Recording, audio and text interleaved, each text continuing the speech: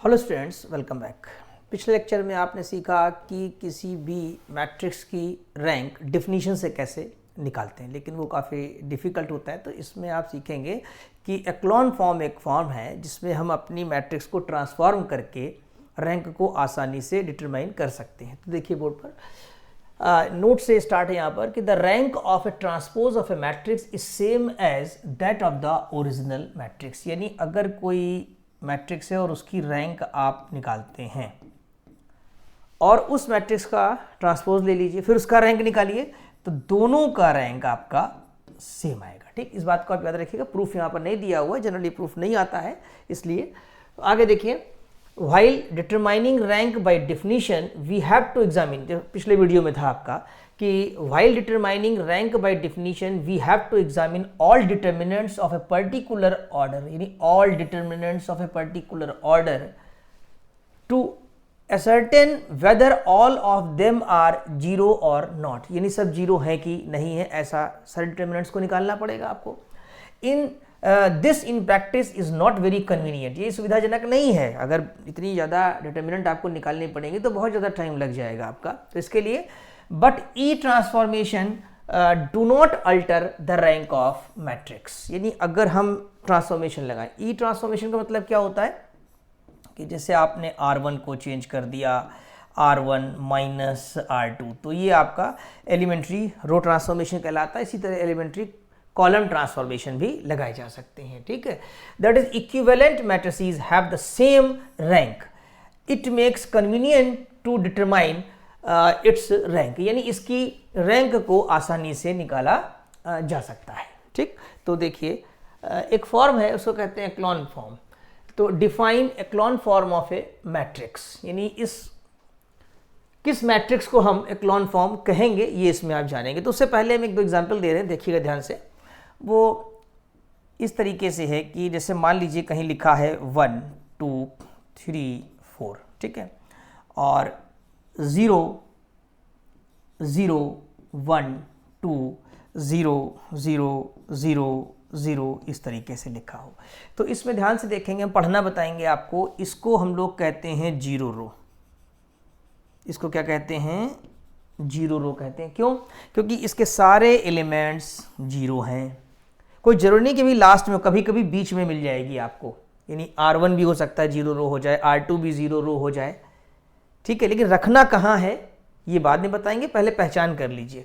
और इसको क्योंकि इसमें 1 और 2 आ गया है, या अगर ये भी जीरो हो जाता मान लीजिए और केवल 2 रहता, तब भी इसको हम नॉन जीरो रो कहते हैं। यानी एक भी एलिमेंट अगर किसी रो में नॉन जीरो पड़ा हुआ है तो उसे हम नॉन जीरो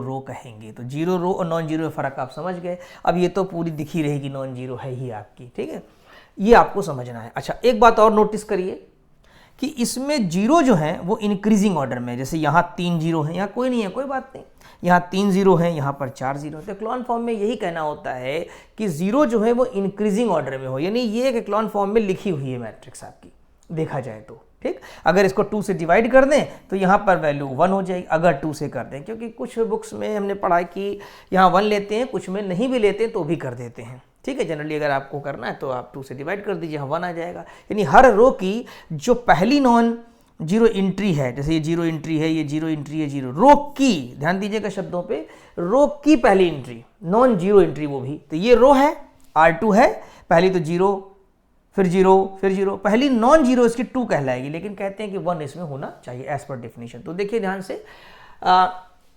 एक्लॉन फॉर्म किसे कहेंगे? If in a matrix all the non zero row if any precedes a zero row, यानी कि अगर नॉन जीरो रो है तो वो जीरो रो से ऊपर होनी चाहिए, पहले होनी चाहिए।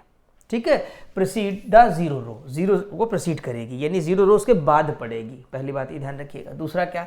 The number of zero preceding the first non zero element in a row is less than the number of such zero in the succeeding row in the succeeding row. ठीक है, यानी कि जो सक्सीडिंग रो है उससे पहले जो ये रो पड़ेगी आपकी सक्सीडिंग रो, तो ये हो गई जीरो, इसमें 4 जीरो हैं, उसमें जीरो जो है ये बढ़ते हुए क्रम में होने चाहिए। The number of zeros preceding the first non zero element in row is less than the number of such zero in the succeeding row. यानी अगर हम इस रो की देखें बात करें तो सक्सीडिंग रो तो ये हो गई, तो इसके ऊपर वाली रो में जितने भी नॉन जीरो से पहले जीरो होंगे, नॉन जीरो से पहले, ठीक देखिए ध्यान से, नॉन जीरो एलिमेंट इसका 2 है, उससे पहले एक जीरो ये मिला, एक जीरो ये मिला, एक जीरो ये 3 जीरो हैं, वो कम होने चाहिए जीरो रो के तुलना में, ठीक है। फिर देखिए the number of zero preceding the first non zero element in a row is less than the number of such zero in the succeeding row, यानी उसको कम संख्या में होना चाहिए, जैसे यहाँ 4 हैं तो यहाँ पर 3 हो। In other words the number of zeros before होना चाहिए, before the first non zero element in the first second third row should be in increasing order. ये ज्यादा इंपॉर्टेंट लाइन है, आसान है वैसे कि यानी कि जीरोज जो हो नॉन जीरो एलिमेंट के पहले वो बढ़ते हुए क्रम में होने चाहिए, जीरो की संख्या हर रो में बढ़े। अगर ऐसा ना आए, आपके मन में हो कि सर अगर इस तरह से नहीं मिली सिचुएशन तो क्या करेंगे, आप 2 रो को इंटरचेंज कर लेंगे, लेकिन फाइनल जो प्रेजेंटेशन आना चाहिए वो इसी प्रकार का आना चाहिए कि सबसे ज़्यादा जीरो लास्ट रो में हो, उससे कम उसके ऊपर हो, उससे कम उसके ऊपर होने चाहिए, तभी ये एक्लॉन फॉर्म बन पाएगी, ठीक है। The first non zero element in a row, यानी जो रो है उसका पहला नॉन जीरो, जैसे यहाँ पर 2 दिखाई दे रहा है, इज यूनिटी, इसीलिए मैंने कहा था कि इसको 2 से डिवाइड करेंगे पूरी रो को, R2 को, तो यहाँ पर आपके पास 1 आ जाएगा। Then it is said to be in echelon form, तब ये एक्लॉन फॉर्म में कहलाएगी। अब एक्लॉन फॉर्म में लाने के बाद रैंक को निकालते कैसे हैं, या इससे पढ़ते कैसे हैं, लिखते कैसे हैं, तो आपको देखना होगा कि इसमें कितनी जीरो रो है और कितनी नॉन जीरो रो है। जैसे रो, पहले तो टोटल रो देखिए, टोटल रो कितनी है, 3 है, एक R1 रो है इसके पास, ठीक है, एक R1 है, दूसरा ये R2 रो है, और ये तीसरी हमारी R3 रो है, ठीक, 3 रो हो गई हमारे पास। इसमें से कुछ नॉन जीरो होंगी और कुछ जीरो होंगी, तो जो जीरो है उनको नहीं लेना है, जो नॉन जीरो रो हैं उनकी कितनी संख्या है गिनिए। एक रो ये नॉन जीरो रो कहलाएगी, ये नॉन जीरो है, ठीक है, ये वाली भी कैसी है, नॉन जीरो है, तो नॉन जीरो रो को आप गिन लेंगे, काउंट कर लेंगे, और जितनी नॉन जीरो रो होंगी उसी को रैंक ऑफ मैट्रिक्स कहा जाएगा, ठीक है।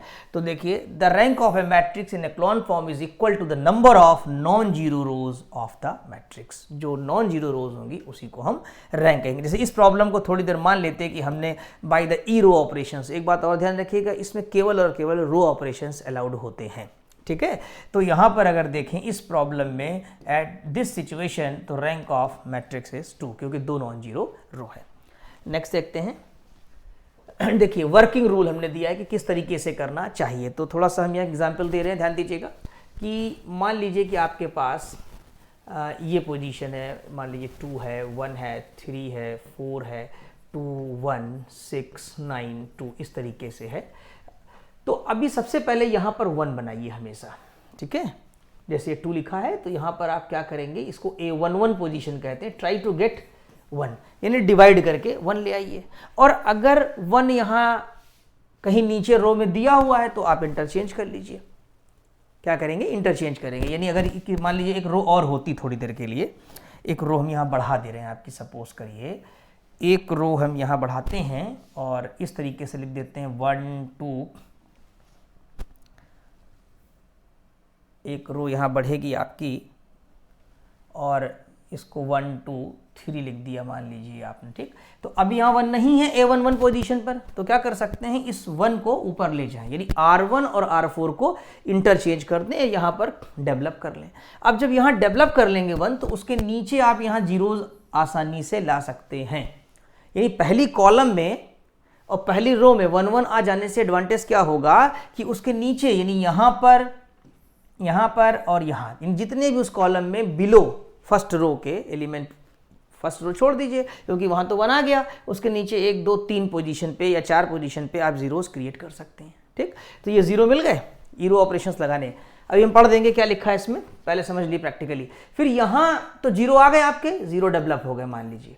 फिर यहाँ 1 करिए, यानी A22 पोजीशन पे, A22 पोजीशन पे 1 डेवलप करिए, फिर यहाँ जीरोस क्रिएट करिए, यहाँ जीरो लाइए ऑपरेशन के थ्रू, अभी एग्जांपल दिया जाएगा आपको, यहाँ पर जीरो क्रिएट करिए, ठीक। फिर इसके बाद यहाँ 1 1 क्रिएट करिए, फिर उसके नीचे करिए, यानी कहने का मतलब है डायगोनली 1 1 क्रिएट करते जाइए, और जहाँ 1 मिले A11 पे उसके बिलो आप रो ऑपरेशंस लगाइए और 3 0 2 0 जितनी रिक्वायरमेंट है। फिर A22 पे 1 क्रिएट करिए, फिर उसके नीचे 0 लाइए ऑपरेशन लगा के, तो ऐसे आसानी से निकल आएगा और कोई मुश्किल नहीं आएगी। 1 1 लाने के लिए आप डिवीजन का सहारा ले सकते हैं कि उस रो को डिवाइड कर दिया, या आप किसी रो से सब्ट्रैक्ट कर सकते हैं। लेकिन ये ध्यान रखिएगा कि आप ऊपर से सब्ट्रैक्शन नहीं करेंगे, वरना यहाँ जहाँ 0 मिल चुका है वहाँ पे नॉन जीरो एलिमेंट आ जाएगा तो प्रॉब्लम हो जाएगी आपको। ठीक, ये प्रैक्टिस से कॉन्फिडेंस आएगा कि हम किस तरह से करें। लेकिन एक तरीका जो है, मेथड जो है, वो इसमें लिखा है, obtain a non zero element preferably 1 numeric at A11 पोजीशन। A11 पे आप नॉन जीरो नंबर 1 लाइए, और क्या करना है, divide R1 by that number. अंदर लाने के लिए eight A11 if it is not 1 to get, or interchanging rows or by some row operations of the given matrix to get 1 numeric at A11। A11 position पे 1 लाने के लिए 3 तरीके हैं, डिवाइड कर दीजिए, रो इंटरचेंज कर दीजिए, या सब्सट्रैक्शन अप्लाई कर दीजिए। R1 change by R1 minus some multiple of any row, तो वहाँ 1 आना चाहिए A1 में, उससे नीचे 0 ला सकते हैं। अब क्या हुआ, now obtain zeros at A21 and A3, यानी कि second row first column, third row first column, fourth row first column के नीचे आप 0, उन प्लेसेस पे 0 ले आइए। ठीक, further obtain non zero element preferably 1 numeric at A22 पर 1 लाइए, फिर उसके बाद नीचे जीरोस करिए। Do again the same steps for R2 in second, जैसा सेकंड में किया वही स्टेप्स कर लीजिए। Obtain zeros below and above of A22। अब आप फिर A22 पोजीशन के ऊपर भी 0 निकाल सकते हैं और नीचे भी 0 ला सकते हैं, दोनों जगह 0 आ जाएंगे। Have all element 0 in this column other than A22। A22 के ऊपर भी 0 और नीचे भी 0 ला सकते हैं। वैसे ऊपर की इतनी रिक्वायरमेंट नहीं है, चाहे तो ऊपर लाएं, अदरवाइज इंक्रीजिंग ऑर्डर में 0 एक्लॉन में ज़्यादा देखा जाता है। और आगे चल करके कुछ मेथड ऐसे हैं जिनमें अबव भी 0 लाना पड़ता है। Continue this process to obtain a non-zero element, preferably 1 numeric at AI position, मतलब A11, A22, A33 position, and obtain zeros in the column of AI other than AI until the given matrix reduces to echelon form। ये process आपको करना होगा। Generally exam में 3 या 4 की आती हैं, तो उसी हिसाब से आपको लगाएंगे। Only E-row operations are allowed to reduce a matrix into echelon form, यानी केवल और केवल E-row operations ही अलाउड है, वही आप लगा सकते हैं और उससे आपकी मैट्रिक्स एक्लॉन फॉर्म में रिड्यूस हो जाएगी। ठीक, तो देखिए इसमें एग्जाम्पल है, reduce the following matrix in echelon form and find its rank. अभी साफ साफ लिखा है कि इन एक्लॉन फॉर्म, एग्जाम में भी लिख करके आता है, तो आपको बाय नेम लिखा रहेगा मेथड, तो वही मेथड लगाएंगे जो इसमें हम पढ़ा रहे हैं आपको।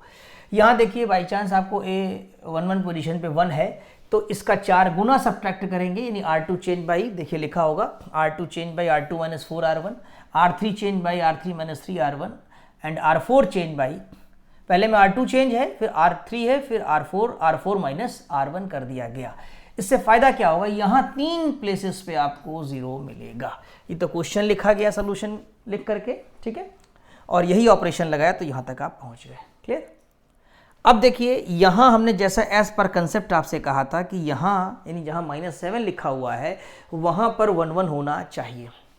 अब इसके 2 तरीके देखिए यहाँ पर फिर, क्योंकि अब आप प्रैक्टिकल कर रहे हैं, एक प्रकार से प्रॉब्लम सॉल्व कर रहे हैं, तो या तो -7 से डिवाइड करके जैसा कहा गया है 1 डेवलप कर लें, या बाई चांस कुछ प्रॉब्लम्स में तुरंत ही 0 मिल जाता है। जैसे यहाँ भी -7, यहाँ भी -7, दोनों जगह -7 है। ठीक है, -7 होने की वजह से आप क्या कर सकते हैं, इसको डायरेक्ट सब्ट्रैक्ट कर दीजिए, तो तुरंत यहाँ पर एक 0 आपको मिल जाएगा, फिर बाद में डिवाइड कर लीजिएगा, कोई प्रॉब्लम की बात नहीं है।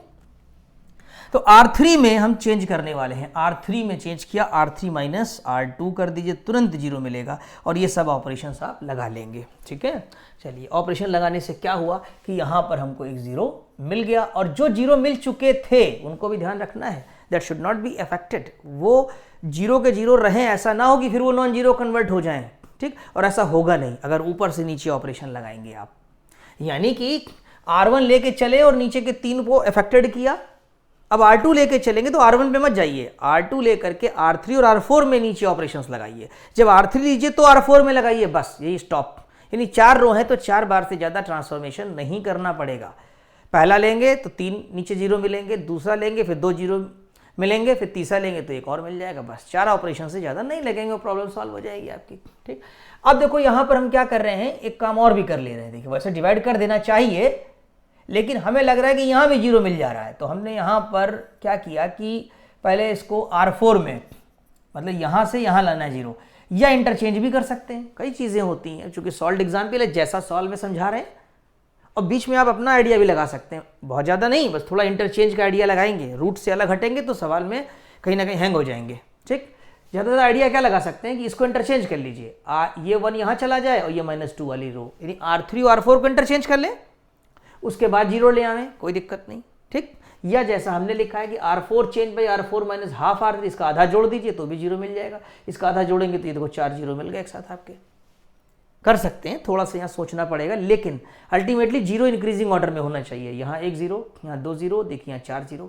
अब यहाँ 1 नहीं है तो -7 से डिवाइड कर दीजिए R2 को, और यहाँ 1 लाने के लिए आप R3 को -12 से डिवाइड कर दीजिए, देखिए 1 आया कि नहीं आया। अब ये एक्लॉन फॉर्म में आपकी आ गई। एक्लॉन फॉर्म की डिमांड क्या है कि 0 मस्ट बी इंक्रीजिंग ऑर्डर, तो 1 0, फिर यहाँ पर 2 0, यहाँ पर आपके 4 0 आ गए।